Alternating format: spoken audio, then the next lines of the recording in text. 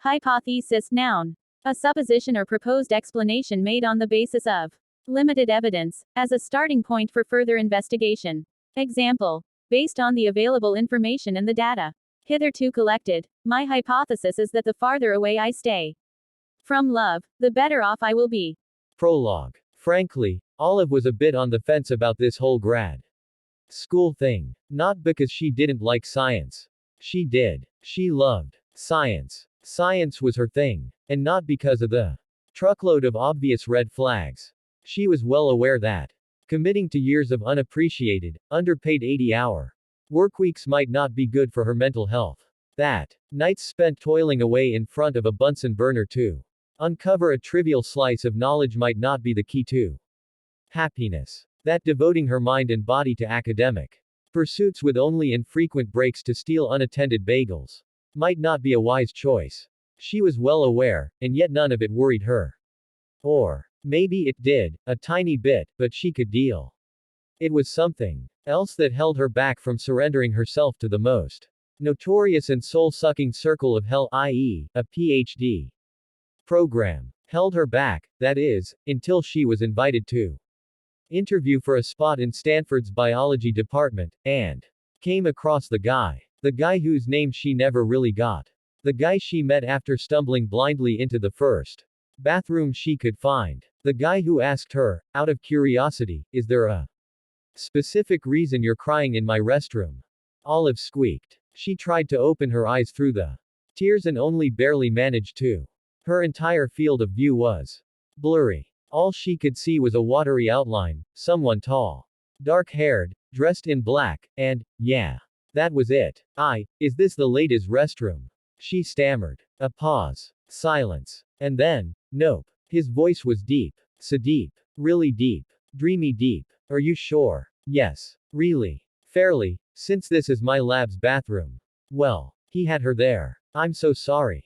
Do you need to? She gestured toward the stall, or where she thought the stalls were. Her eyes stung, even closed, and she had to scrunch them shut to dull the burn. She tried to dry her cheeks with her sleeve, but the material of her wrap dress was cheap and flimsy, not half as absorbent as real cotton. The joys of being impoverished. I just need to pour this reagent down the drain, he said. But she didn't hear him move. Maybe because she was blocking the sink. Or maybe because he thought Olive was a weirdo and was contemplating sicking the campus police on her. That would put a brutally quick end to her PhD dreams. Wouldn't it? We don't use this as a restroom, just to dispose of waste and wash equipment. Oh, sorry. I thought poorly. She'd thought poorly, as was her habit and curse. Are you okay? He must be really tall. His voice sounded like it came from 10 feet above her. Sure. Why do you ask? Because you are crying. In my bathroom. Oh, I'm not crying. Well, I sort of am, but it's just tears. You know. I do not. She sighed, slumping against the tiled wall. It's my contacts. They expired some time ago, and they were never that great to begin with. They messed up my eyes. I've taken them off, but, she shrugged, hopefully in his direction. It takes a while, before they get better. You put in expired contacts. He sounded personally offended. Just a little expired. What's a little? I don't know. A few years. What? His consonants were sharp and precise. Crisp.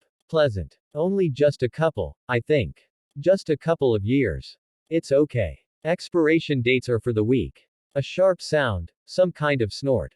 Expiration dates are. So I don't find you weeping in the corner of my bathroom. Unless this dude was Mr. Stanford himself, he really needed to stop calling this his bathroom. It's fine. She waved a hand. She'd have rolled her eyes if they hadn't been on fire. The burning usually lasts only a few minutes. You mean you've done this before? She frowned. Done what? Put in expired contacts. Of course. Contacts are not cheap. Neither are eyes. Humph. Good point. Hey, have we met? Maybe last night. At the recruitment dinner with prospective PhD students. No. You weren't there. Not really my scene. But the free food. Not worth the small talk. Maybe he was on a diet, because what kind of PhD student said that? And Olive was sure that he was a PhD Student. The haughty, condescending tone was a dead giveaway. All Ph.D. students were like that, thinking they were better than everyone else just because they had the dubious privilege of slaughtering fruit flies in the name of science for 90 cents an hour. In the grim, dark hellscape of academia, graduate students were the lowliest of creatures and therefore had to convince themselves that they were the best. Olive was no clinical psychologist, but it seemed like a pretty textbook defense mechanism. Are you interviewing for a spot in the program? He asked. Yup. For next year's biology cohort.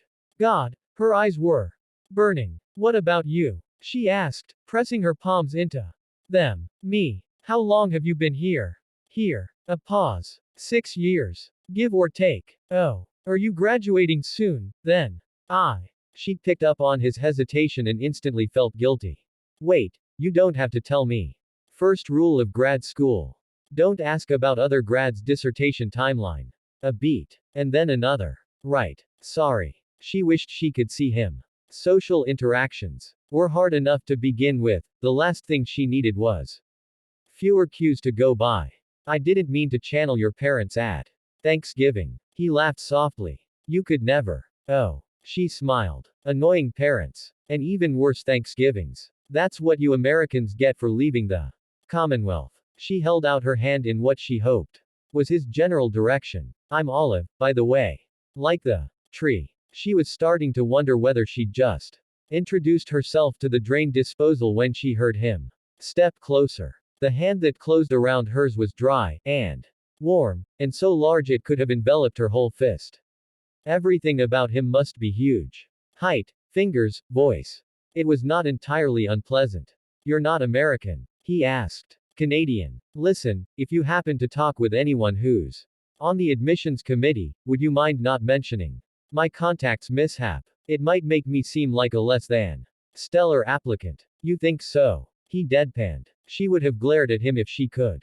Though maybe she was doing a decent job of it anyway, because he laughed. Just a huff, but Olive could tell.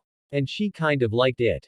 He let go of her, and she realized that she'd been gripping his hand. Oops. Are you planning to enroll? He asked. She shrugged. I might not get an offer. But she and the professor she'd interviewed with, Dr. Oslan, had really hit it off. Olive had stuttered and mumbled much less than usual. Plus, her GRE scores and GPA were almost perfect. Not having a life came in handy, sometimes. Are you planning to enroll if you get an offer, then? She'd be stupid not to. This was Stanford, after all, one of the best biology programs. Or at least, that was what Olive had been telling herself to cover the petrifying truth. Which was that, frankly, she was a bit on the fence about this whole grad school thing. Maybe. I must say, the line between excellent career choice and critical life screw-up is getting a bit blurry. Seems like you're leaning toward screw-up. He sounded like he was smiling. No. Well, you just. She bit her lip. What if I'm not good enough? She blurted out. And why, God, why was she bearing the deepest fears of her secret little heart to this random bathroom guy? And what was the point, anyway? Every time she aired out her doubts to friends and acquaintances, they all automatically offered the same trite, meaningless encouragements. You'll be fine. You can do it. I believe in you. This guy was surely going to do the same. Coming up. Any moment now. Any second. Why do you want to do it? Do what? Get a Ph.D. What's your reason? Olive cleared her throat. I've always had an inquisitive mind, and graduate school is the ideal environment to foster that. It'll give me important transferable skills. He snorted. She frowned. What? Not the line you found in an interview prep book. Why do you want a Ph.D.? It's true, she insisted, a bit weakly. I want to sharpen my research abilities. Is it because you don't know what else to do? No. Because you didn't get an industry position? No, I didn't even apply for industry. He moved, a large, blurry figure stepping next to her to pour something down the sink. Olive could smell a whiff of eugenol, and laundry detergent, and clean, male skin. An oddly nice combination. I need more freedom than industry can offer. You won't have much freedom in academia. His voice was closer, like he hadn't stepped back yet. You'll have to fund your work through ludicrously competitive research grants. You'd make better money in a 9 to 5 job that actually allows you to entertain the concept of weekends. Olive scowled. Are you trying to get me to decline my offer? Is this some kind of anti-expired contacts wearers campaign? Nah. She could hear his smile. I'll go ahead and trust that it was just a misstep. I wear them all the time, and they almost never. In a long line of missteps, clearly. He sighed. Here's the deal. I have no idea if you're good enough, but that's not what you should be asking yourself. Academia's a lot of bucks for very little bang. What matters is whether you're reason to be in. Academia is good enough. So, why the Ph.D., Olive? She thought about it, and thought even more. And then she spoke carefully. I have a question. A specific research question. Something that I want to find out. There. Done. This was the answer. Something I'm afraid no one else will discover if I don't. A question. She felt the air shift and realized that he was now leaning against the sink. Yes. Her mouth felt dry. Something that's important to me. And I don't trust anyone else to do it. Because they haven't so far. Because something bad happened. Because I want to do my part so that it won't happen again. Heavy thoughts to have in the presence of a stranger, in the darkness of her closed eyelids. So she cracked them open. Her vision was still blurry, but the burning was mostly gone. The guy was looking at her. Fuzzy around the edges, perhaps, but so very there, waiting patiently for her to continue. It's important to me, she repeated. The research that I want to do. Olive was 23 and alone in the world. She didn't want weekends, or a decent salary. She wanted to go back in time. She wanted to be less lonely. But since that was impossible, she'd settle for fixing what she could. He nodded but said nothing as he straightened and took a few steps toward the door.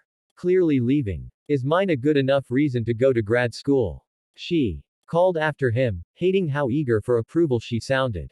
It was possible that she was in the midst of some sort of existential crisis. He paused and looked back at her.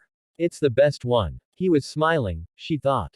Or something like it. Good luck on your interview, Olive. Thanks. He was almost out the door already. Maybe I'll see you next year, she babbled, flushing a little. If I get in. And if you haven't graduated. Maybe, she heard him say. With that, the guy was gone. And Olive never got his name. But a few weeks later, when the Stanford biology department extended her an offer, she accepted it. Without hesitating.